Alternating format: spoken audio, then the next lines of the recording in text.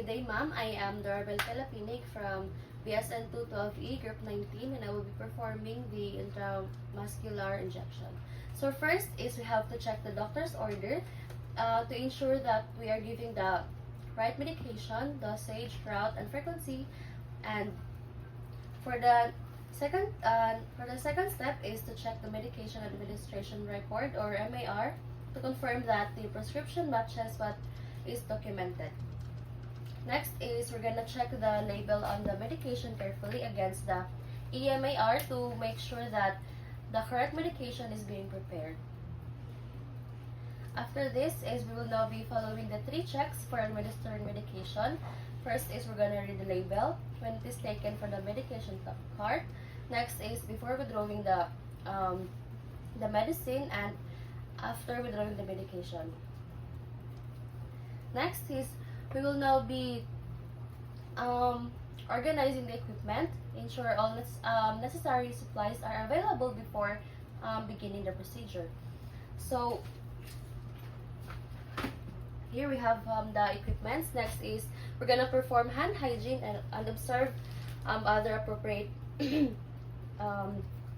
infection prevention control to deter the spread of microorganism. Next is we're gonna prepare the medication ampule for drug withdrawal. Next is we're gonna flick the upper stem of the ampule several times with our fingernail. It is to ensure that all the medication moves to the lower chamber from preventing waste, ensuring accurate dosing.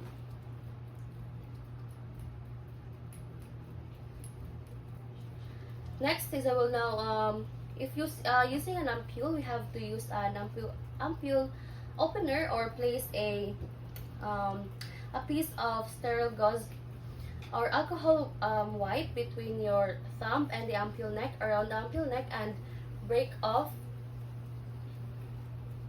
by bending it towards you to ensure that the ampule is broken away from yourself and away from others. It is to prevent glasses from shattering towards you and causing injury or contamination. So we're gonna place if using an antiseptic wipes, we're gonna place it over the top of the ampule before breaking the top. It is to provide a secure grip, reducing the risk of injury from broken glass.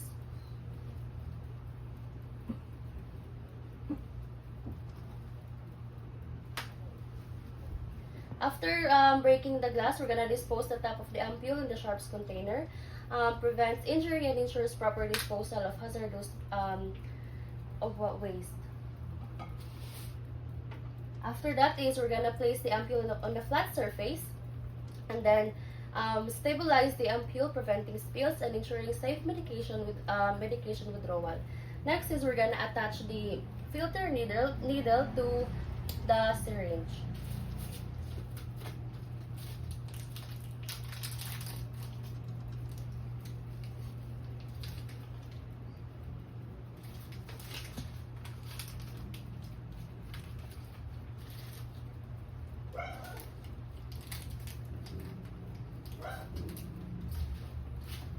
After that, we're gonna remove the cup from the filter needle and insert the needle into the center of the ampule. Do not touch the rim of the ampule with the needle or tip or shaft, because we're maintaining a sterility and it prevents contamination.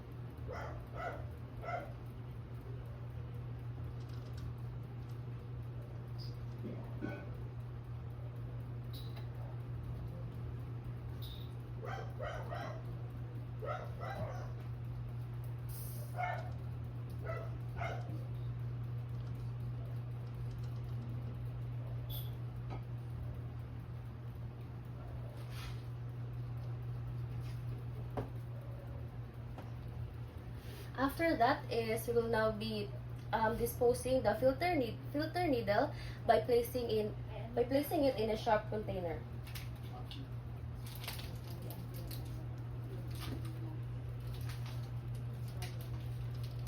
And now, if giving an injection, replace the filter needle with a regular needle and then tighten the cup and the head of the needle. It is to ensure that we are safe and appropriate administration, as filter needles are not meant for injections. Next step is to check the MAR, and we're gonna verify if we get the right medication, the right dose, and the right time of the medication. And it is also to confirm. The next step is to check the label on the medication carefully against the EMAR to make sure that the correct medication is being administered.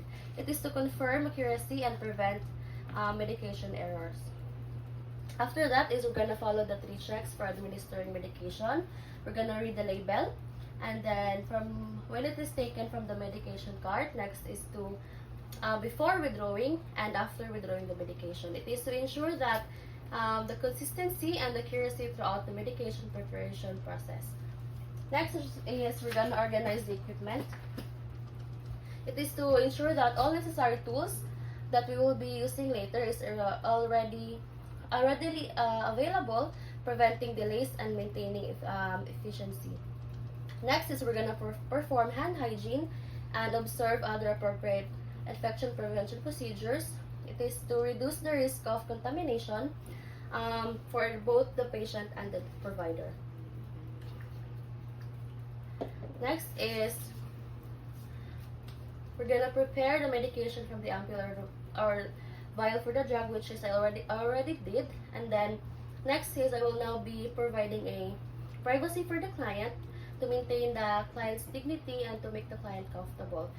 So now I will be preparing the client. It is to ensure that the patient is comfortable and mentally ready for the injection, and it is also to reduce the anxiety and discomfort.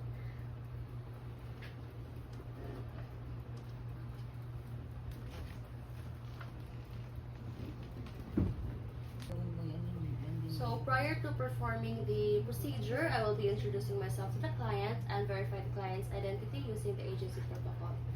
So hello sir, I am Dorabel Calapini from Davao Doctors College, and I will be your student nurse for today. So may I please see your wristband, sir? And kindly state your name and your birthday. I am Patrick Cristiano Pactol, February 17, 2005. Okay, so today sir, I will be doing a intradermal injection. It is a medication called paracetamol. It is to relieve pain or reduce fever. So I will be, it is a process in which I will be injecting the needle right into your muscle. It is usually done in upper arm or at the buttocks. So later on sir, is that okay with you if I expose your arm? Yes. Thank you. So after that is I will now be assisting the client to supine, lateral, prone, or sitting position depending on the chosen side. So my target site is on the arm, so I will have the deltoid, so I will have the client sit in a sitting position. After that, so the client is now sitting in a comfortable position. I will now be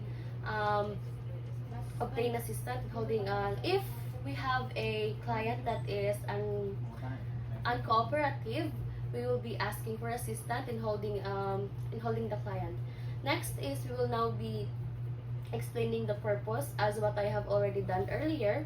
It is to help the patient be comfortable, and it enhances the patient's understanding, cooperation, and informed consent. So next is to include relevant information about the effects of the medication. So the site that I have chosen is on the deltoid, on the left deltoid, and the next is to select a site of free of skin lesions, tenderness, and swelling. As what I have assessed, as what I have assessed on the deltoid of the patient, is free of lesion, inflammation, and has not been used frequently. So next is to so if injections are to be frequent, alternate sites avoid using the same site twice in a row because we are preventing a tissue damage, irritation, and medication buildup at one site. Next is to locate the exact site for location. So I have already located it at the left deltoid, and the next is I will now be applying clean gloves and maintain the aseptic technique, and that protects both me and the patient.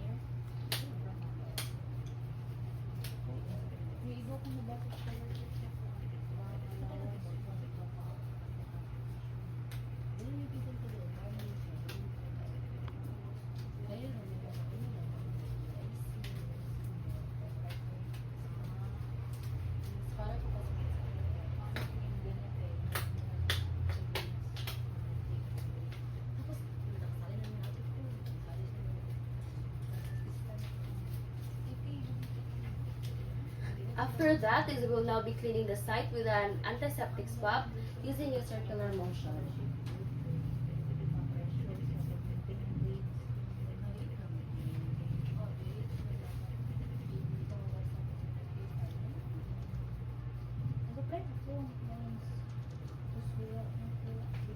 After that, we will now be we're gonna transfer and hold the swab between the third and the fourth finger with the non-dominant hand in readiness for the needle withdrawal, or position the swab on the client's skin above the intended site. It ensured easy access to the swab for immediate post-injection site care. Next is we're now gonna be preparing the syringe for injection. Next is we're gonna remove the needle cover and discard without contaminating the needle part. It is to maintain the syringe. After that is we will now be we're now gonna inject the medication using the Z-Track technique, and to reduce the leakage of the medication into subcutaneous and tissue, and to minimize the irritation.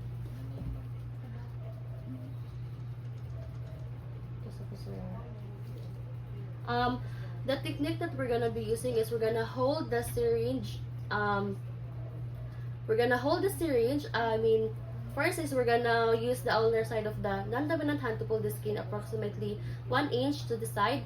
And after that is we're gonna hold the syringe into our between the thumb and the forefinger as if holding a pen. Pierce the skin smoothly at a 90-degree angle, and after that, I'm gonna inject now, sir.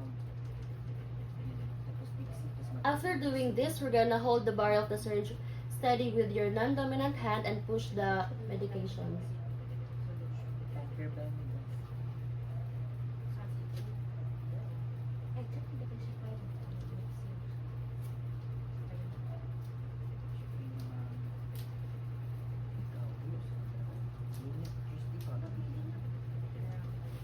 After that, after injection, we're gonna wait 10 seconds diffusing a ventral gluteal site. Next is we're gonna withdraw the needle, as what I've already done, and then we're gonna apply gentle pressure at the site with a dry sponge, and we're gonna put a bandage or a micropore tape. Next is if bleeding occurs, we're gonna apply pressure with a dry sterile gauze until it stops. Now after that is we're gonna activate the needle safety device or discard the end cap needle and attach the syringe to the proper receptacle.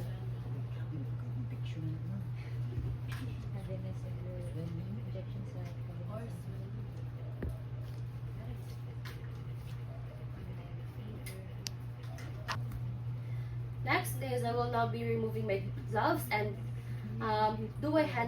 perform a hand hygiene.